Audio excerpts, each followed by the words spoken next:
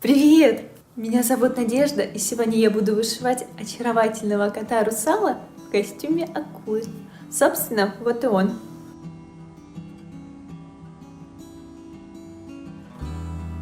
Такую вышивку очень просто делать, а в итоге получается обалденное и оригинальное изделие. Очень воздушное и живое. Если вы уже давно хотели повышивать, но все откладывали этот момент, так как вышивка — это долгое занятие, что вы не закончите свою работу, как раз начните с вышивки броши. Во-первых, это маленькое изделие, которое достаточно быстро делается.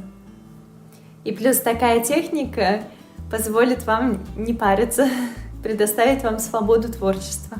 У меня уже есть мастер-класс по этой технике, но за последнее время я узнала кое-какие фишки, которыми я обязательно поделюсь с вами. Итак, в самом начале любого пути самое главное – это идея. И я не знаю, почему так получилось, но образ икеевской акулы буквально витает в воздухе. И захотелось с ним что-нибудь придумать. А так как впереди летний сезон, и я люблю кошек, у меня получился вот такой смешной персонаж. Кота-акула. Выбираю самый подходящий эскиз и перевожу его на кальку.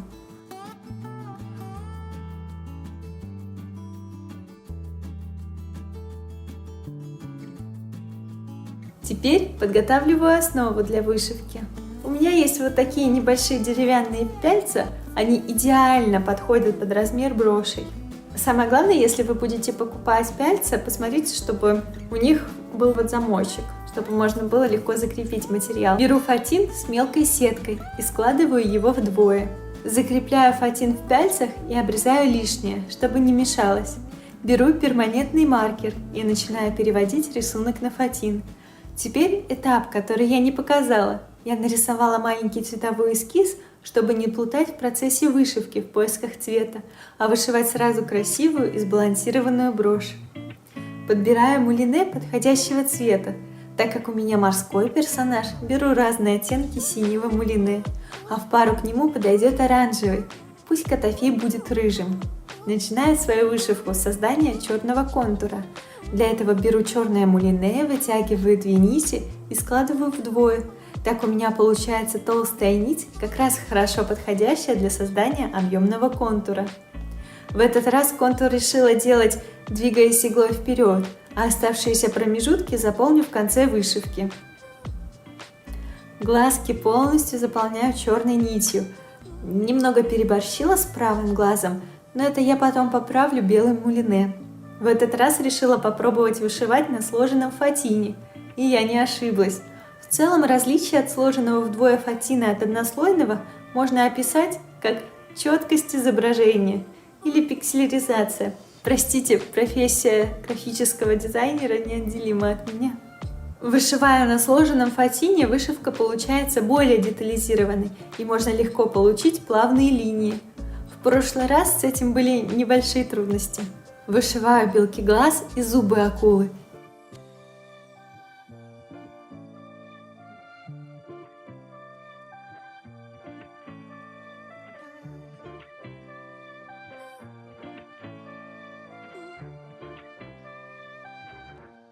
Начинаю вышивать вдоль контура фиолетовым цветом. Делаю это хаотично, особенно не переживая по поводу просветов, так как впереди будет еще очень много цветных слоев.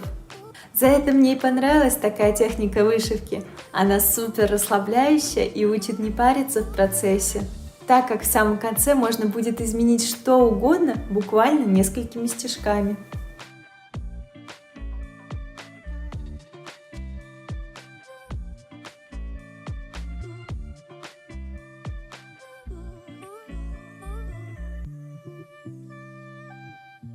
Дальше беру темно-синий цвет. Это самый темный цвет в работе. Им я вышиваю все теневые места.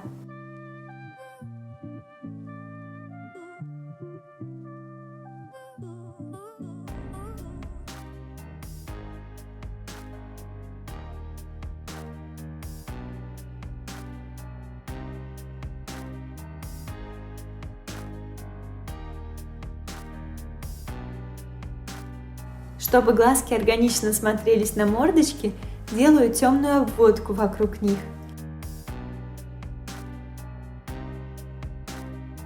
Теперь беру синий цвет и заполняю им почти все оставшееся пространство русала.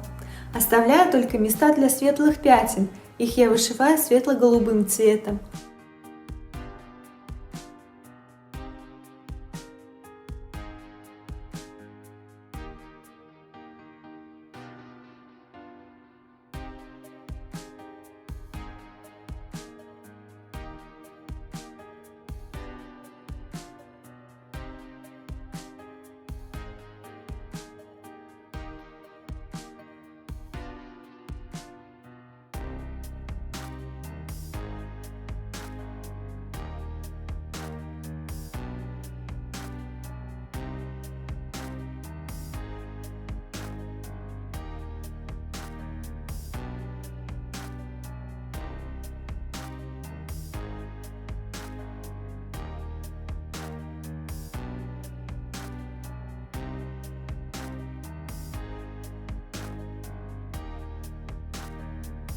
Желтым мулине вышиваю блики на плавниках, пузике и мордочке кота.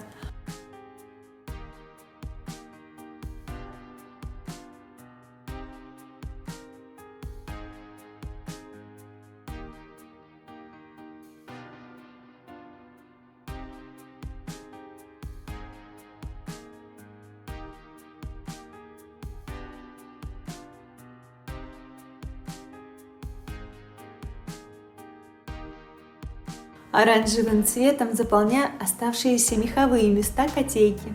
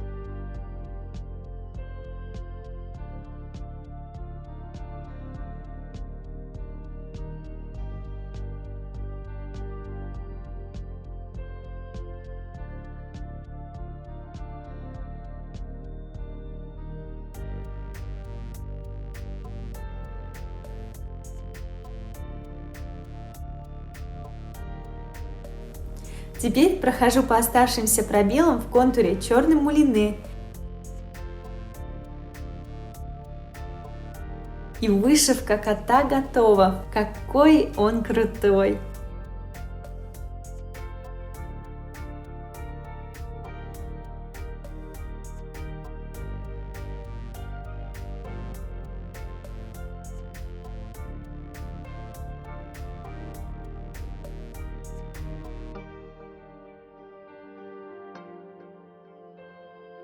На самом деле для создания работы такого размера у меня ушло очень мало времени.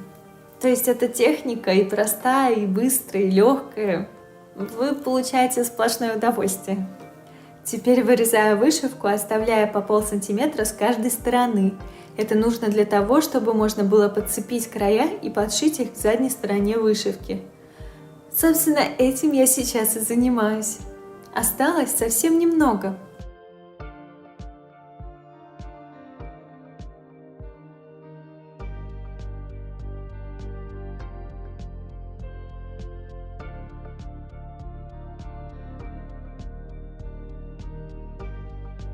Обвожу по контуру вышивку, вырезаю силуэт кота. Теперь обвожу силуэт на ткани, на материале для изнаночной стороны.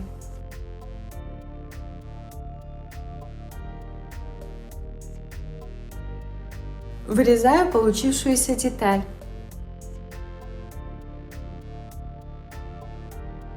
Уплотнитель немного подрезаю с каждой стороны, чтобы он не мешал сшивать детали. Пришиваю брошь к уплотнителю.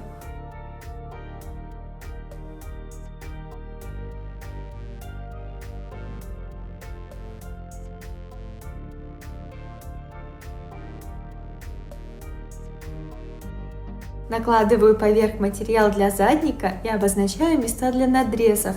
Приклеиваю клеем момент кристалл, вышивку к уплотнителю. Соединяя и склеиваю все детали.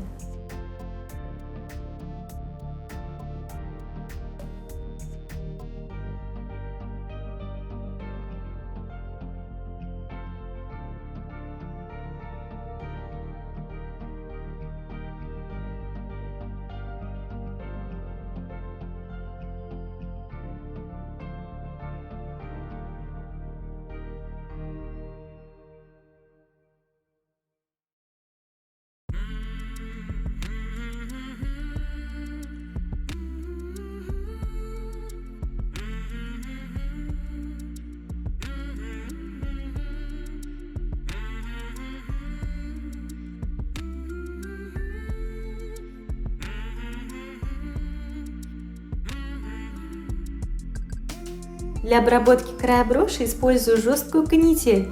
Это просто волшебный материал для этого этапа. Во-первых, это делается очень просто, а во-вторых, быстро. И в-третьих, изделие выглядит очень презентабельно. Настоящее украшение.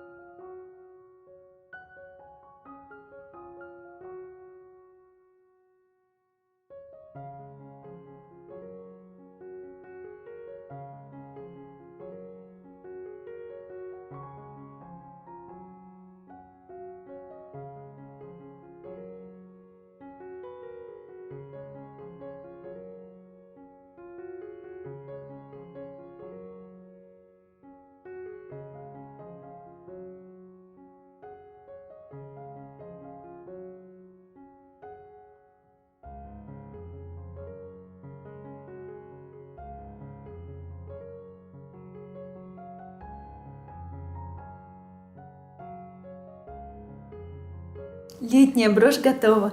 Кот-русал просто восхитителен. Присоединяйтесь к клубу любителей котов и делайте свои броши. Цвета можно брать абсолютно любые. Но я использовала в своей работе дополнительные цвета, противоположные. Синий и фиолетовый противопоставляется желтому и оранжевому.